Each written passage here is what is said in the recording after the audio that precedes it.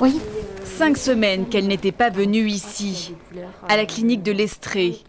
Oui. Ouida Dabdi est anesthésiste réanimatrice. D'accord, on y va. Au plus fort de la crise, cette médecin algérienne est allée d'hôpital en hôpital pour aider. Vous permettez, je vais écouter votre cœur. Comme beaucoup de docteurs étrangers, elle Voilà, enchaîne les respirez. missions, mais elle l'a choisi. Voilà, tout va bien. Aujourd'hui, Je vais regarder cette Ouida est histoire de revenue douleur, voir ses d'accord, collègues et ses pour modifier patients. le traitement et- Cette unité, elle et l'a je viendrai transformée en vous- réanimation éphémère en 3 jours à peine, avec des soignants venus de toute la France.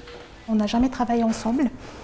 On s'est retrouvés au jour au lendemain, le 31 mars, ici, à accueillir les patients de réanimation et à gérer tout un service de réanimation. Le système de santé n'était pas préparé à absorber une telle crise. Il a fallu, comme d'habitude, faire appel aux médecins étrangers. Sans eux, les hôpitaux français ne tournent pas. Tu m'appelles si tu as besoin de moi. Ok. Ouida a obtenu tous ses diplômes en Algérie. Elle a bataillé plusieurs années avant de décrocher une titularisation et d'exercer enfin pleinement ses fonctions. Il n'y a rien de particulier. Mais aujourd'hui, il serait entre 4 et 6 000 diplômés hors de l'Union européenne à attendre leur régularisation et le salaire qui correspond. Si le décret était sorti bien avant la crise de Covid, je pense qu'on pouvait profiter de ces médecins étrangers et de leur mobilisation parce qu'ils sont nombreux aujourd'hui, ceux qui n'ont pas pu participer parce qu'ils n'ont pas le plein exercice.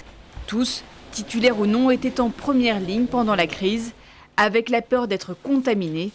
À l'Estrée, 80 salariés sont tombés malades. Un a même perdu la vie.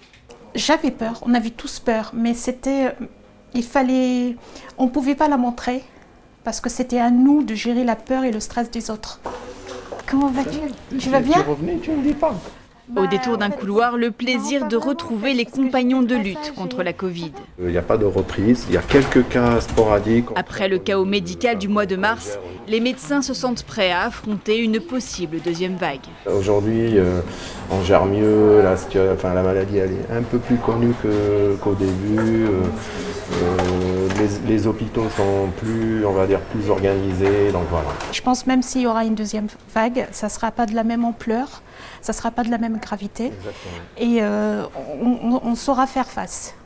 Et si chacun est soulagé que la crise s'estompe, c'est aussi la fin d'une aventure humaine pour tous les soignants, français ou étrangers.